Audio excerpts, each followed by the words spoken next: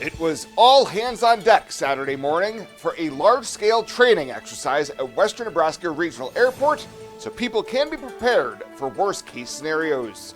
KNEB.TV News starts right now. From your trusted source for news in Western Nebraska and Eastern Wyoming, this is KNEB.TV News. Presented by Platte Valley Companies, premier provider of financial services.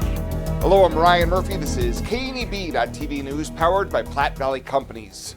Thanks for joining me. In our top story, more than a dozen entities joined the Nebraska Department of Transportation Saturday morning at the Scottsbluff Airport to conduct a live traffic incident management exercise. Shortly before 8 a.m., John Lutz, the Nebraska Department of Transportation District 5 Operations and Maintenance Manager, explained the focus of the day's events. Well, what we're trying to do today is emphasize the unified command of accidents that involves fire, rescue, NSP, and ourselves, and tow. So what we try to do is come together and make sure that everybody realizes the communication part of it and how to interact with the other departments along the way also, because we have mutual aid all the time. So it helps everybody with the communication part of it, and it's just a good practice for everybody. He says this was a planned approach to detect, respond to, and clear traffic incidents that they've had to deal with in the past. Today we have an accident that this quite often happens to us. We have a tanker that's been split open with gasoline, which provides us with a hazardous material. We have a death under a bus, so it involves kids, and fatality. So this is a pretty good practice for everybody. The simulation began with a trooper arriving at the scene of the two crashes, assessing the situation, and begin calling for medical. A short while later, firefighters arrived on scene to work on extricating patients using the jaws of life. NDOT crews also arrived on scene to let other motorists know of the dangers up ahead. Throughout the training, leaders were on the microphone explaining the next stages of the simulation. But if we need something like that, if we have a hazardous material spill, we will call our dispatch, and Olivia is here to represent our dispatch. She will communicate with Department of Road or Department of Transportation, and we can coordinate with them what we have going on, and we'll just make sure that we coordinate at the scene with the fire department and with the other agencies to make sure everything's completed. Usually we're there until everything's done. When it comes to crashes that involve things like school buses and some other major incidents that can happen, school buses in particular, we are required by the feds to notify Federal Highway Administration. So it's important that we get that information, especially when there's children involved or people involved in those buses. So that's another reason why we need to get notified. And over here we have our gasoline spill. Firemen are going to do something to kind of control the gas, neutralize it, or do something to it. I don't know if they're going to foam it or what they're doing. We also have an injured person in the car here. Ambulance is going to go over here. Don't know if they have to cut him out or what, but they're going to take care of this person that's injured. They're going to try to get all the people away from the gas spill, so they can do their thing. After several hours, the training was complete after the last of the vehicles was towed from the scene. Scottsbluff Fire Chief Tom Shingle says events like this are detrimental for his crews to get that real-world experience in a safe environment. Another opportunity to just work with our partners on the law enforcement tow side, the transportation side, just really working together to manage traffic incidents effectively and as efficiently as possible, and strive for quicker clearance times from the road so that we're not out there, we can get traffic resuming back to normal, and we're not out there exposing ourselves to that traffic any longer than we have to. More of these traffic incident management trainings are planned for the future, with talks of the next one being held in the fall when weather conditions are a bit cooler. Well, emergency personnel responded to a two-vehicle injury accident at the intersection of Sugar Factory Road and Lake Minnetonka Road Friday at 4 p.m. Scottsbluff County Sheriff Mark Overman says multiple people were injured and transported to the hospital by Regional West ambulance crews. The investigation is ongoing, and Overman says they are not able to release names of persons involved or other details regarding this accident at this time. The Scottsbluff County Sheriff's Office is the lead agency investigating the accident, while the Nebraska State Patrol and the Scottsbluff Rural Fire Department assisted at the scene. And the Scottsbluff Rural Fire Department had their hands full this weekend with a domino effect-like fire. Early Sunday morning, crews were dispatched to a possible grass fire north on Highway 71, but what they found upon arrival was quite different. A large portion of a tree had fallen on a power line, which then fell on a 500-gallon propane tank. Firefighters evacuated residents from the immediate area, shut off power to the area, and shut off the propane threat. The Scottsbluff Rural Fire Department wants to remind the public that all propane situations like this should be handled as emergencies and commended the homeowners for not approaching the scene themselves. We'll have more news right after this. Whether you're gardening, searching for the perfect vacation home, or planning your next travel destination, your life is just as unique. Your Raymond James financial advisors, Jody Rosiska and Kevin Figg, get to know you, your passions, and your vision for the future, so you can live your life. That's life well planned.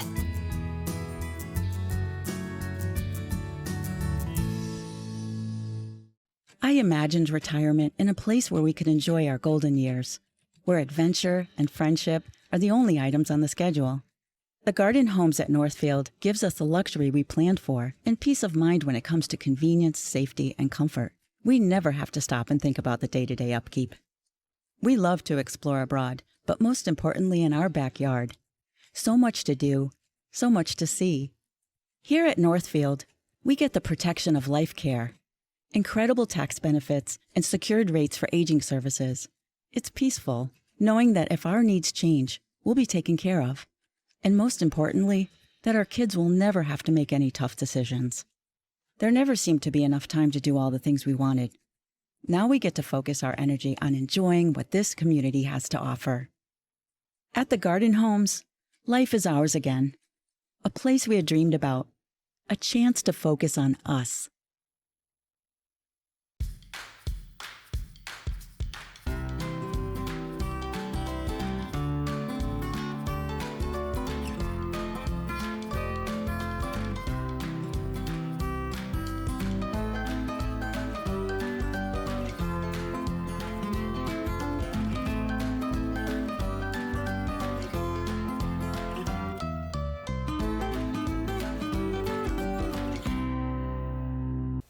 Welcome back. Several dozen Scottsbluff County residents spent their lunch hour Friday protesting outside of Senator Pete Ricketts' Scottsbluff office regarding elements of the Trump administration's Big Beautiful Bill.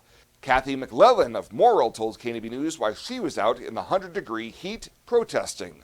I'm out here because it's not about political parties. It's about right over wrong. There's a lot of people, we've got 20% of Nebraskans that are on Medicaid. If they lose that, we've got a gal whose husband, she's very concerned about him getting kicked out of where he's at. We've got people that are on the SNAP program, and 20,000 Nebraskans would be at risk of losing that SNAP benefit. We don't want kids going hungry. That's not good for anybody. We've got our Nebraska Rural Hospital, and we're definitely a rural hospital, stands to lose $375 billion less over the next 10 years. The planned protest on Railway Street lasted for 1 hour, and some motorists driving by were honking in support, while others revved their engines, seemingly in opposition of their efforts. Well, congressional leaders shared their reaction Saturday night following President Donald Trump's announcement he had ordered a U.S. attack on 3 Iranian nuclear sites, with many Republicans praising the move and some Democrats questioning the president's authority. U.S. Senator Deb Fischer says Trump has always been clear. Iran must never obtain a nuclear weapon, and she agreed that his administration both took the necessary steps to keep a nuclear weapon out of Iran's reach. Nebraska's District 3 Congressman Adrian Smith said the administration acted decisively when it became clear that the Iranian regime, which openly threatened to wield nuclear weapons, was not open to diplomatic engagement. Smith said America stands with the Friends of Freedom, and our forces will defend our people against all threats. Now on the other side of the aisle, some on Capitol Hill, including Connecticut Congressman Jim Himes, said that according to the Constitution that both he and Trump swore to defend, Congress should have been apprised of the situation before any bombs fell. I would definitely recommend Allo's business services to other companies. Allo's next-gen firewalls have allowed us to tie 6 physical locations together along with numerous remote employees to produce and collaborate and generate content for our local radio group. It is very important for Nebraska Rural Radio Association to have the best in internet and phone service. We rely upon that every single day. Allo provided me with a solution that fit our needs. They have a quality product, great technical support, and a local presence in their community. When it comes to your health, you deserve the very best. At Morrill County Community Hospital, they provide top-notch care with compassion and expertise. From routine checkups to advanced surgeries, their dedicated team is here for you 24/7. With state-of-the-art technology and a patient-first approach, they ensure you and your loved ones receive the highest quality care. Because at Morrill County Community Hospital, your health is their priority. Visit Morrill County Community Hospital today in Bridgeport. Morrill County Community Hospital. Exceptional care right here at home. Are you looking for the perfect place to hold a wedding, family reunion, holiday office party, or business meeting? Well, look no further. The Hampton Inn and Suites Hotel and Conference Center is just the place for you. We're a full-service banquet facility that can host up to 400 of your guests. Stop in and see our spacious open-concept meeting rooms and begin planning your special event or family gathering today. Let us do the work for you so you can enjoy your guests. For personal service, stop by the Hampton Inn and Suites front desk.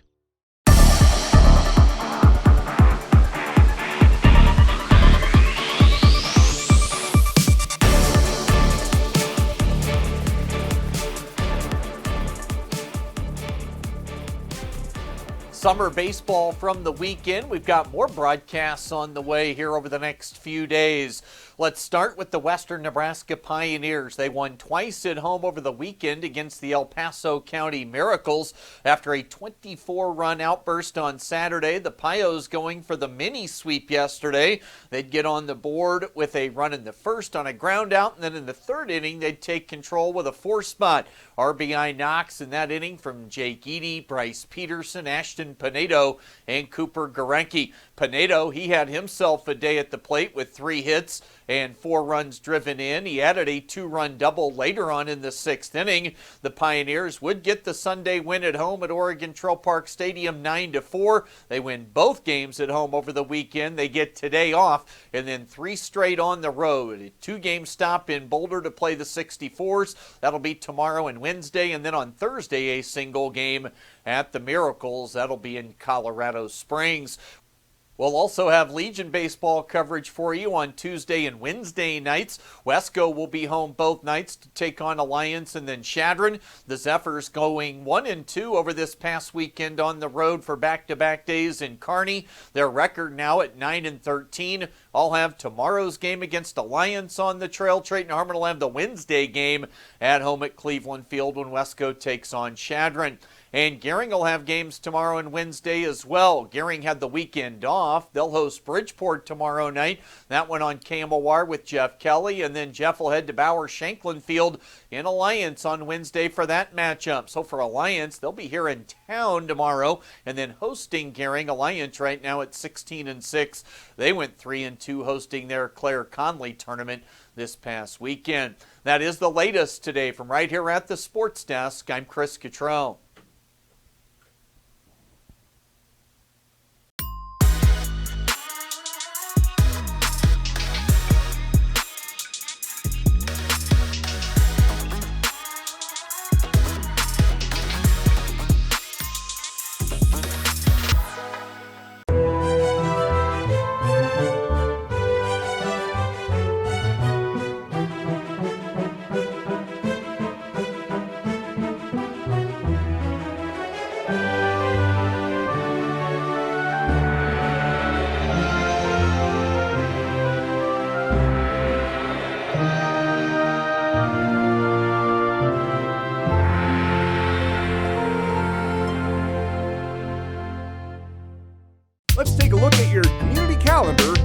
by Riverstone Bank.